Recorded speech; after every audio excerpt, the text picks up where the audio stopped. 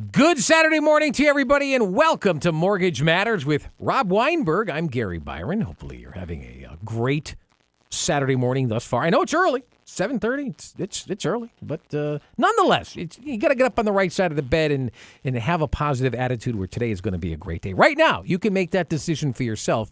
Talking with a man who just about every day is a great day. In fact, last week, if I'm not mistaken, I thought I asked you how your week was, and you didn't even just say good or great or fine. You said awesome, if I'm not mistaken. Amazing. Oh, amazing. Okay, I knew it began with an A.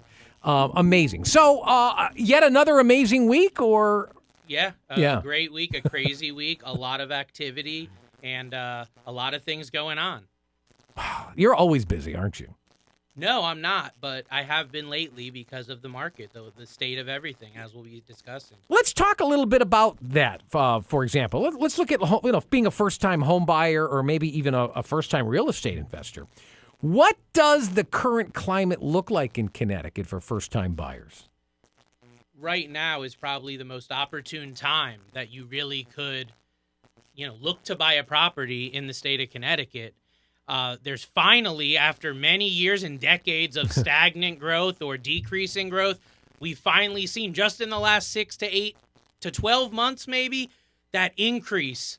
And in some areas, a huge increase. There's certain towns in Connecticut that I've been told by some of my real estate partners have gone up 20% over the last 12 months. And they hadn't gone up 20% over the previous decade, yet it's happened. There's a lot of pent-up demand and a lot of pent-up value. The other thing is the interest rates are so good right now for both real estate investors and first-time buyers that you can buy a lot more house with a lot less money. So there's limited inventory then. Is that because we heard, I don't know, people from New York were moving to Connecticut? And I know that people from Connecticut are moving out of Connecticut, but apparently there's somebody moving in. So there's a lot of people looking at Connecticut right now as a great place to move to. The climate from the standpoint of the real estate prices, even though they've gone up, they're still amazing when you look at the entire country. Historically, they're still on that lower end, and that's huge. But the other thing is COVID, as we discussed a couple shows back, has made it so people don't mind living a little bit further away from things. They're working from home. They want the bigger yard. Connecticut offers a lot of that, whereas other areas don't. So maybe we're losing the lower to middle class in Connecticut. They're moving out. They're getting squeezed for political reasons, whatever. But what's happening is that they're being replaced with the people who do have money, right? Would you say that that's a fair assessment? I'm not really focused on the people moving out because I don't deal with them. I'm looking at the people that are moving in, that are contacting me to get a mortgage. And I can say there's a lot of interest in Connecticut because even though our taxes may be high, they're still lower than other areas. Look at Westchester County, New York, and look at Hartford, okay? It's a night and day, and there's an attractiveness to that. And also the fact that the property values, again, are so much lower. Even though they've come up, they're so much better. When people see, wow, I can get that for $300,000 in Connecticut, I can't get a shoebox for $300,000 in the Bronx. And that's attractive to people. Sure. And the people that have lived in Connecticut for a while, people that have grown up here that want to stay, believe it or not, there are people that like it here. Oh, yeah. Okay? Yeah. There is a quality of life here that some people just may not understand. But the younger generation is starting to get that, and they want to put down roots. They see themselves staying in Connecticut for a longer period of time. They know building wealth through real estate is the way to go, and they need to know how to get there. A lot are scared, afraid. They don't know what to expect. We're here to give those answers. Let's look at what a person needs to put down, maybe a minimum down payment that's required, and how much total money should someone have available to buy their first home, particularly if you're a first-time buyer. First-time home buyer, it's a huge myth that you need a big down payment, and it's also a huge myth that you need no money. Because I've had both people call me. I had a guy the other day say, oh, my friend bought a house and he got paid to buy the house. He didn't have to come up with any money, and I'm sorry. That is not realistic. I'm not saying it doesn't happen, but it's not realistic for the average Joe. So for those that are first-time home buyers and have, they're cash strapped. I mean, we are still in a pandemic.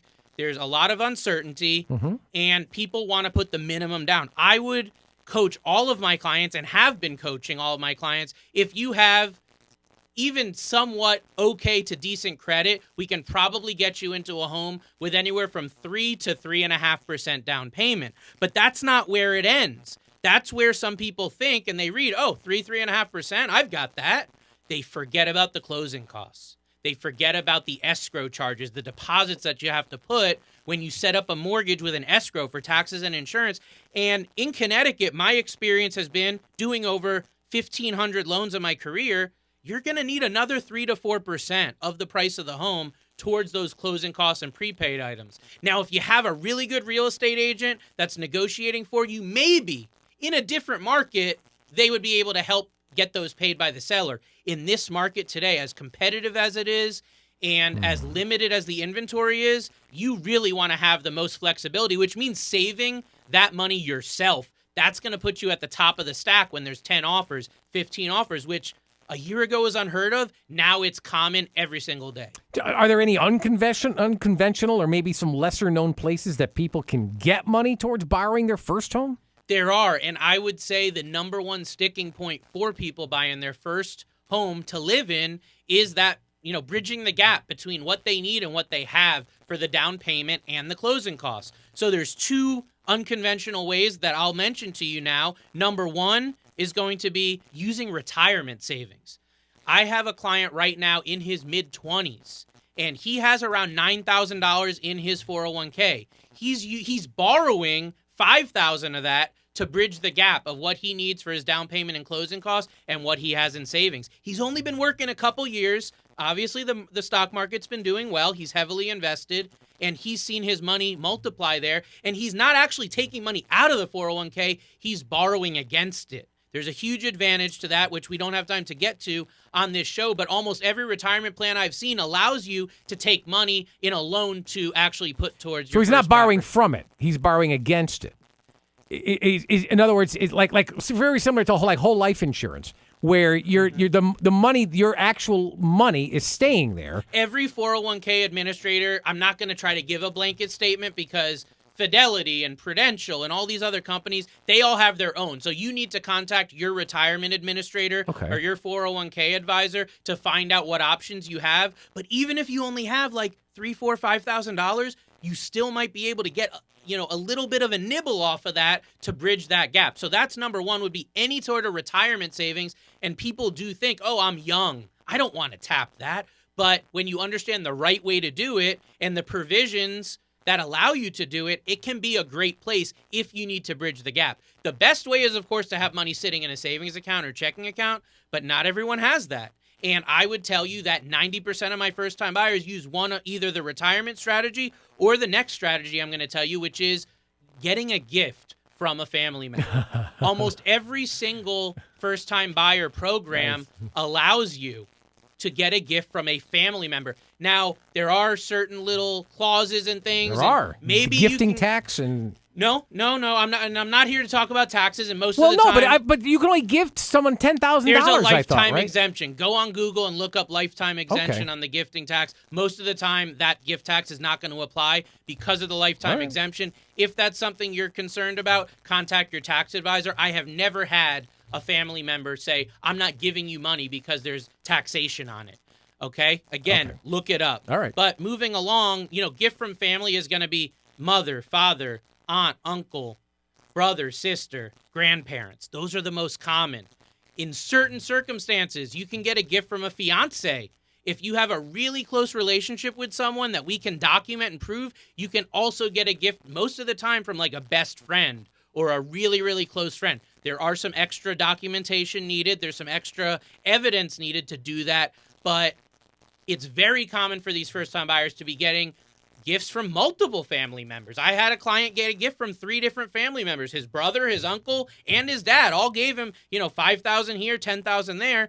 And I have several clients right now today getting money from a parent. That's really common. Their parents may be a little well off or better off than they are, and they need a little bit of money to bridge that gap.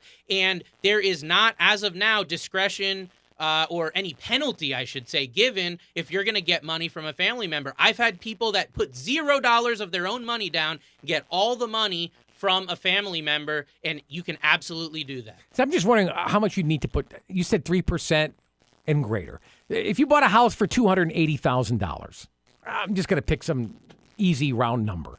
What would be an ideal amount to put down on a $280,000 There's home? no ideal No, amount. okay. Everybody's different. Like I said, the more you're going to put down, obviously, the lower your mortgage can be, but it's that's not gonna necessarily a good thing. Right. It's not necessarily what you want to do, and there's reasons why, for that. When you buy your first home, you do want to put the minimum down. Whatever the minimum that you are able to put down from a mortgage qualification standpoint, for some people that is that 3 to 3.5%. For other people, it might be 5 or 10%. For others, it might be more. If you have a lower paying job and you're trying to buy a nicer or bigger home with higher taxes, you might need to put more down in order to qualify for that. That's where the mortgage advisor comes in to tell you, here's the amount you need. And I have people coming to me all the time, clueless, saying, hey, I have 10 grand. Is that enough? I don't know. Sometimes I have to go and say, yeah, that's more than enough. And other times it's no, you're 4,000 short.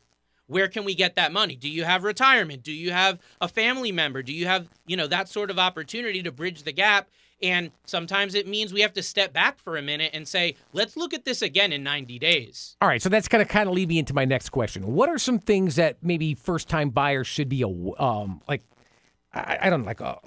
aware of?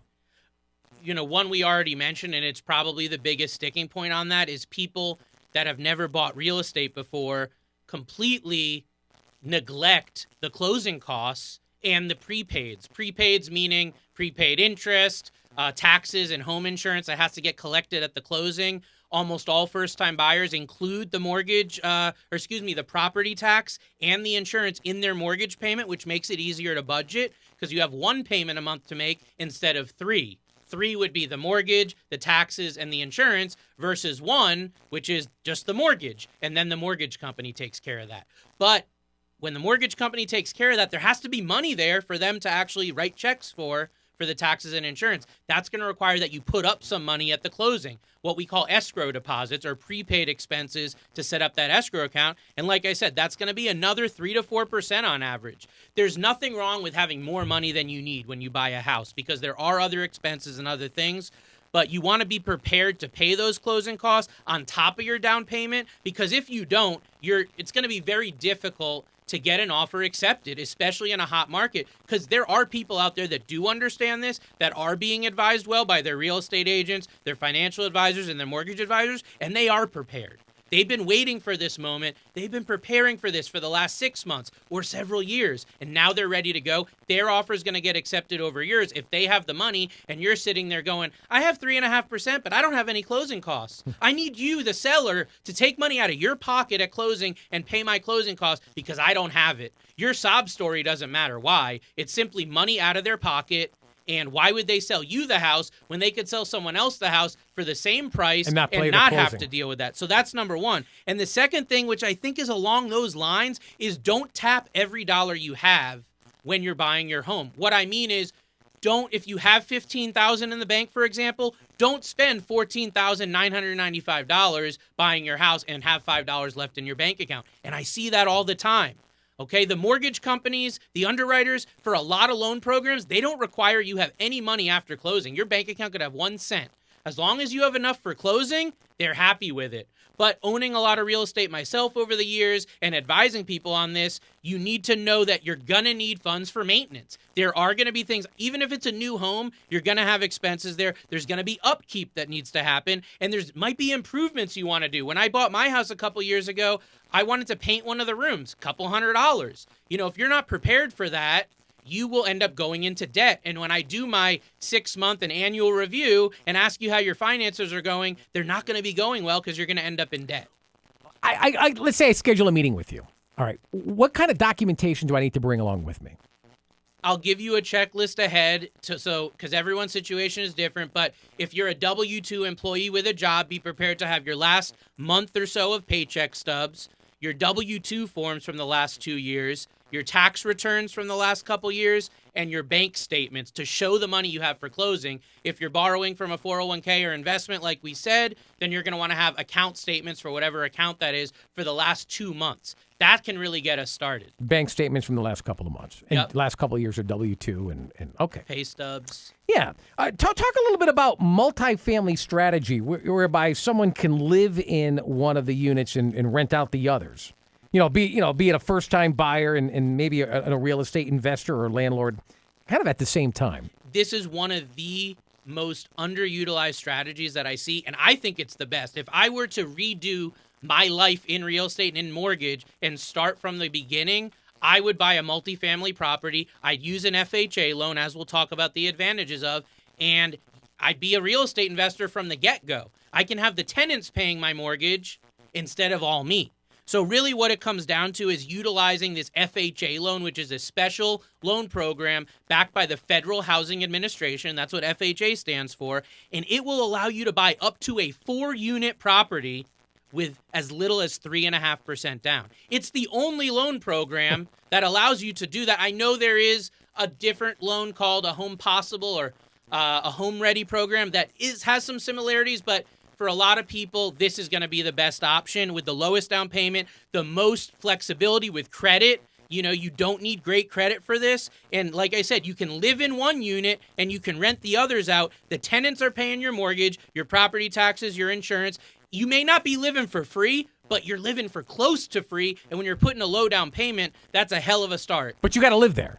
You do. You must live there for 1 year. That is the whole caveat, and a lot of people get tripped up. If you don't live there for a year, you're probably going to get convicted of mortgage fraud. I mean, this is a major thing. You are signing federal documents at closing, promising and guaranteeing that you're going to live there for at least 1 year. You have to do that. Oh, 1 year. At least 1 year. At least 1 year. Oh, Yes. then you can move out and get another place and rent out where you used to live. That's exactly the strategy. See, you can do this as a first-time buyer, get that 2-unit, 3-unit, 4-unit property, live in 1 unit for a year, and then go buy your next or move, do what you're going to do, and now rent that unit you were living in out. Now your mortgage is paid by the tenants. Now you have a real estate investment, and now, as we've discussed in previous and will be in future episodes about maybe releasing some equity, buying another property, really building wealth. The cornerstone is how many units do you have? The more units you have, the more money you can make and the less risk you have. Because if you only have a single family home and somebody doesn't make their payment, that's it. It's 100% vacancy.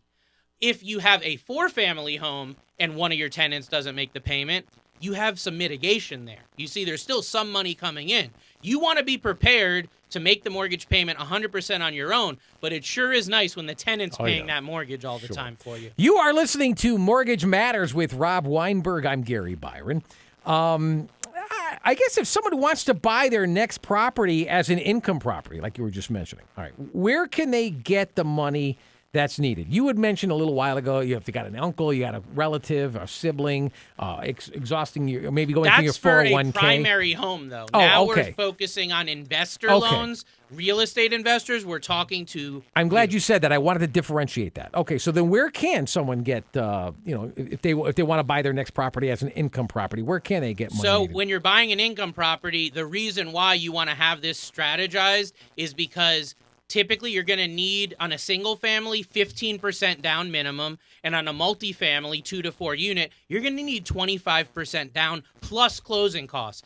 Do the math on that on, 300, 350,000. It can really add up quickly. So most of my real estate investor clients, we have, some different routes that we go down to see where can they come up with that. Maybe they have almost enough money saved, but they don't have enough. So there's really 3 areas that we're going to look at. I'll just put the one out there because we already mentioned it before for the first-time buyers on a primary home, 401k retirement savings. Okay. Great place.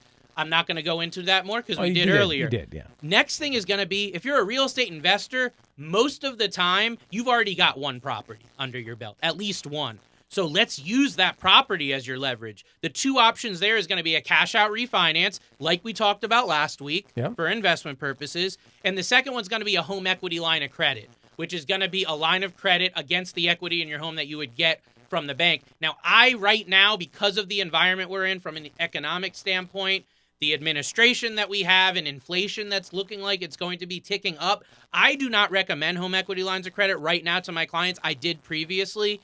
For those risk factors that I think right now the risk well outweighs the reward. So a cash out refinance may be better, but a home equity line of credit historically is a great place, and there are certain advantages to that. There are also certain disadvantages we can talk about in the future, but those are going to be the 3 places: 401k retirement, cash out refi on your primary home or other home, or a home equity line of credit against another property. What types of down payments are required for real estate investors? Like if we you're just said. buying your first time. So single family homes are going to require, as an investor, 15% down. Okay. Not a huge sum like some people think. I mean, again, it's an investment property. 15% down is what you're going to need. And then for those multifamily investments, that's where the big chunk is going to be needed. That 25% down, Yeah, see, that's plus closing costs. And gifts are not allowed. We talked about gifts for primary home. Investment property, no gifts allowed. Okay, there's certain creative ways that we can, from a time standpoint, you can get a gift and we can have it seasoned for a while in your bank account so that it's considered what's called seasoned. And if it's seasoned and it's been in your bank account for at least a couple of months, then we can pass that money off as your own. Again, that's completely above board. We're not talking about anything that's not, not 100% legal and ethical here, but it is going to take a strategy and a timeline with a really good mortgage advisor that can say, hey, you're getting money from that. You need to have it in your bank by this date. And then we can start your loan application on this date in the future to utilize that. But again, with real estate investors, very rarely, if at all, is that even a question. And this is why this show's so important. See, I wouldn't even have known it if you're looking for a four unit multifamily that you would need 25% down. That's minimum. If you're not going to live in it, you do. That's the way it is. And hey, maybe there's other options down the line, but that's today. There's a lot of people who aren't looking to move out of their home, but they would like to buy a summer place on a lake or maybe some beach rental property that they could maybe go down themselves a couple of weeks, and all the other weeks they could rent out. Make home. Money. Yeah, a second home. But I can't even call it a home. Could be a cottage. Maybe it's not winterized, How would one go about doing that? So that's a good in-between, because a second home or vacation home, typically 10% down is what is going to be required. The negative to utilizing a vacation home or second home mortgage is that we cannot use any rental income. With these other loans, and we hadn't even touched on, but since you bring it up, we can utilize some of the rental income that's projected by the appraiser that's going to appraise the property, and we can give you credit for that as a buyer to say, hey, he's buying this and he's going to have future rents coming in. And we can utilize, not in all cases, but in many, we can utilize a percentage of that rental income to help you. On a second home, you cannot do that. So even if you're going to rent it out on Airbnb, or you're going to throw it, to somebody to pay you, $1,000 to rent it for the month or a couple weeks or whatever it may be, you can't use that income to qualify. So typically the second home buyer or second home real estate investor is going to have maybe a little bit better credit, lower debt to income ratio. They're going to need to have a little more, oomph behind their pre-approval to make it work. Is the reason because it's guaranteed when someone is living in a multifamily, that's their residence. That's nearly guaranteed, barring any emergency, of course, like a pandemic, as you've already referred to. But that's where they're residing permanently. It's the same family or people living in there month after month throughout the duration of whatever the lease happens to be. If you're renting a beach property, no one's living there permanently. Right. It's on a week-by-week basis. You may not even get any rental. Maybe you want to go down there for a week, which is not generating any income. Is that the reason why the mortgage companies, they don't look at that as... It's the reason it's more difficult to qualify for the second home is because it's exactly that. It's a second home. So now you have to qualify for your first home, whatever mortgage you have or whatever rent or whatever you're paying on your first home. And you also have to qualify for the mortgage, including property taxes, insurance, and any management or maintenance fees. Every single month, that's going to be counted against you. That's why now you have to qualify theoretically with 2 mortgages instead of just 1. And this is why looking at debt to income ratio is key, right? It is. And as a home buyer or investor, you don't need to know these guidelines. This is why and where you really need that expert mortgage advisor to come into play. And that's where you come in, Rob. That's why what you do is so essential, because you're bringing to the forefront topics and issues that your bank, your branch manager or your teller or whoever you sit down with at your bank, they're not going to tell you these things. Is it that they don't know, or they just don't want you to know? I mean, I think a lot of the mortgage process is fragmented. Okay. You've got someone on the front end taking a mortgage application. Most of the time, that would be your mortgage loan officer or loan originator. Then you've got a processor processing the paperwork. You've got an underwriter making sure it meets all the guidelines. You've got a underwriting manager looking over their shoulder. So there's all these different layers, and each layer adds another group of knowledge. Yeah. If your loan officer is inexperienced and hasn't been doing this a while, they might not know what the processor is going to find. They may not see the red flag the underwriter is going to find. That's why, I was brand new at this at one time too, but when it comes to your mortgage and real estate, experience really does matter, because you only really get fluent in this by experience. They only know what they know. They're not an expert in every aspect of it, where this is all you do. Folks, I know that you've got questions, and I'd love to have you give us or give him a call. Actually, I should say us an email, because you can do that. In fact, if you've got a question that you would like to ask on these very airwaves, hey, who knows? Could it even be next week?